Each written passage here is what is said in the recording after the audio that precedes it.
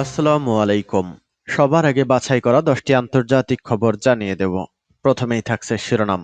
তবে তার আগে অনুরোধ থাকবে ভিডিওটিতে একটি লাইক দিবেন।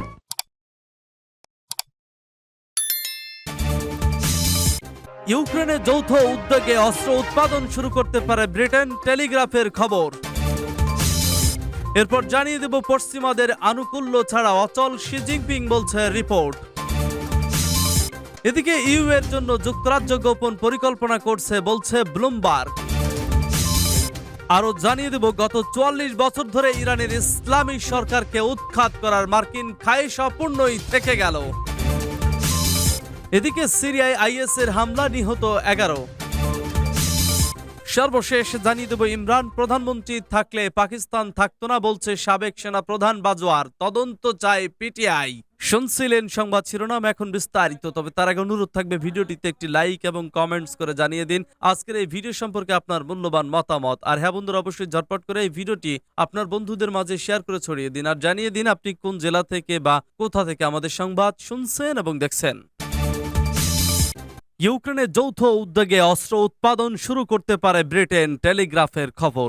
ব্রিটেনের প্রতিরক্ষা শিল্পের একজন শীর্ষ পর্যায়ে কর্মকর্তা জানিয়েছেন ইউক্রেনের সঙ্গে যৌথ উদ্যোগে অস্ত্র আর্মর্ড ভেহিকেল উৎপাদনের সম্ভাবনা নিয়ে কিয়েভের সঙ্গে আলোচনা চলছে। এরই মধ্যে কয়েকজন ব্রিটিশ কর্মকর্তা যৌথ উদ্যোগে অস্ত্র উৎপাদনের ব্যবস্থা নিতে ইউক্রেন সফর করেছেন। টেলিগ্রামের প্রতিবেদন অনুসারে ব্রিটিশ অস্ত্র উৎপাদনকারীরা উদ্বিগ্ন হয়ে পড়েছেন যে ফ্রান্স এবং জার্মানির প্রতিদ্বন্দ্বীরা অস্ত্র উৎপাদনের বিষয়ে লন্ডনের আগেই কিয়েভ সরকারের সঙ্গে চুক্তি করে ফেলতে পারে। এ বিষয়ে বর্তমানে যে আলোচনা চলছে তাকে ব্রিটিশ কর্মকর্তা প্রতিযোগিতা বলে উল্লেখ করেছেন। ইউক্রেনে যখন পশ্চিমা মিত্ররা অস্ত্র এবং সামরিক সরঞ্জাম সরবরাহ করা বাড়িয়ে দিয়েছে, তখন টেলিগ্রাফে এই খবর দিল। ব্রিটেন গত মাসে ইউক্রেনকে অন্তত এক স্কোয়াড্রন চ্যালেঞ্জার টু ট্যাঙ্ক দেওয়ার প্রতিশ্রুতি দিয়েছে। ব্রিটিশ প্রধানমন্ত্রী ঋষি সুনাক ইউক্রেনকে ট্যাঙ্কের পাশাপাশি যুদ্ধ বিমান দেওয়া যায় কিনা তা খতিয়ে দেখতে প্রতিরক্ষা মন্ত্রণালয়কে নির্দেশনা দেওয়া হয়েছে। ঋষি সুনাকের মুখপাত্র চলতি সপ্তাহে বলেছেন, আমরা প্রধানমন্ত্রীর এই সিদ্ধান্ত সতর্কতার সঙ্গে গ্রহণ করেছি এবং অত্যন্ত শক্তভাবে আমরা এগুলো বাস্তবায়ন করব। এর প্রতিক্রিয়ায় কি ধরনের ঝুঁকি রয়েছে সে ব্যাপারেও আমরা সচেতন আছি। ইউক্রেনে পশ্চিমা অস্ত্রের ঢলের বিরুদ্ধে রাশিয়া বারবার হুঁশিয়ারি উচ্চারণ করে আসছে, সূত্র পার্স টুডে। পশ্চিমাদের আনুকূল্য ছাড়া অচল শি জিনপিং, বলছে রিপোর্ট।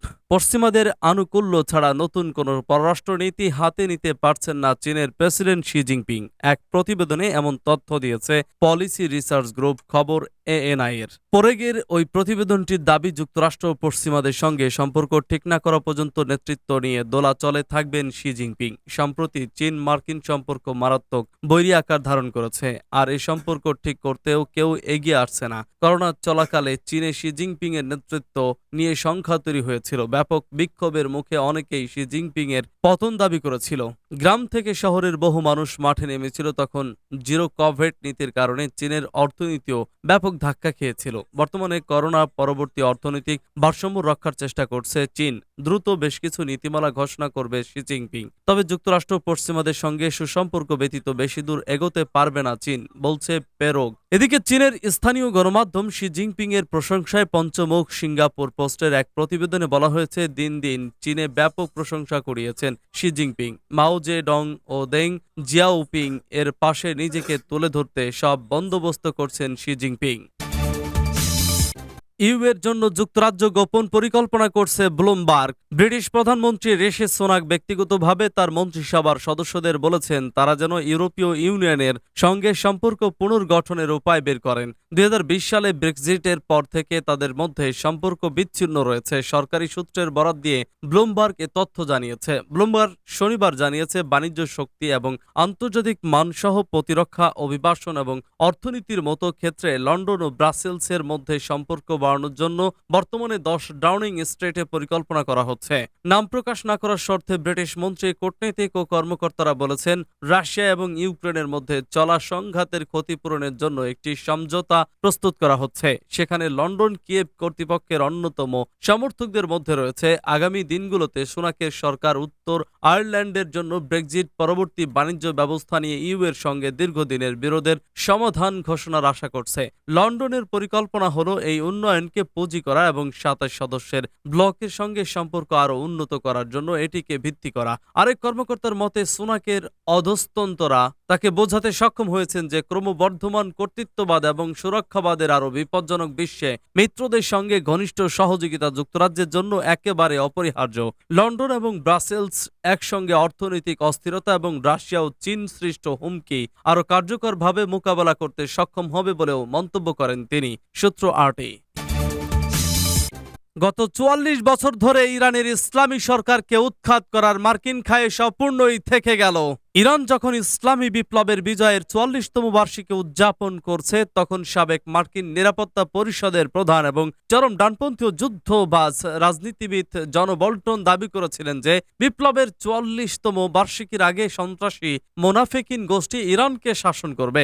জন বল্টন, যিনি জর্জ ডব্লিউ বুশ জুনিয়র শাসন আমলে জাতিসংঘে মার্কিন যুক্তরাষ্ট্রের প্রতিনিধি এবং পরে ডোনাল্ড ট্রাম্পের প্রশাসনে হোয়াইট হাউসের জাতীয় নিরাপত্তা প্রধান উপদেষ্টা ছিলেন, তিনি সেই সব মার্কিন কর্মকর্তাদের মধ্যে রয়েছেন যারা ইরানের সন্ত্রাসী মোনাফেকিন গোষ্ঠীর সমাবেশে অংশ নিয়ে তেহরানের বিরুদ্ধে তৎপরতা চালাতে তাদের প্রতি সমর্থন ঘোষণা করেছিলেন। অথচ ২০১২ সাল পর্যন্ত মার্কিন যুক্তরাষ্ট্রের সন্ত্রাসী তালিকায় ছিল এই মোনাফেকিন গোষ্ঠী। ২০১৭ সালের জুলাই মাসে প্যারিসে ইরানের ইসলামী বিপ্লবের বিরুদ্ধে নাশকতা চালিয়ে আসা এই মোনাফেকিন সন্ত্রাসী গোষ্ঠীর বার্ষিক সভায় বল্টন ইরানের বিরুদ্ধে তৎকালীন মার্কিন প্রেসিডেন্ট ডোনাল্ড ট্রাম্পের ভাগোড়ম্বর পূর্ণ বক্তব্যকে স্বাগত জানিয়ে বলেছিলেন যে ট্রাম্প প্রশাসনে ইরান বিষয়ে নীতি সংশোধনের একটা ফলাফল আসা উচিত। সেই সঙ্গে তিনি দাবি করেছিলেন যে ইসলামী বিপ্লবের ৪০তম বার্ষিকী ইরানিরা উদযাপন করতে সক্ষম হবে না। তিনি এও বলেছিলেন যে মার্কিন যুক্তরাষ্ট্রে আমরা অনেকেই যা করার চেষ্টা করছি তা হলো যে আয়াতুল্লাহ খমেনির ১৯৭৯ সালের বিপ্লব তার ৪০তম বার্ষিকী পর্যন্ত স্থায়ী হবে না।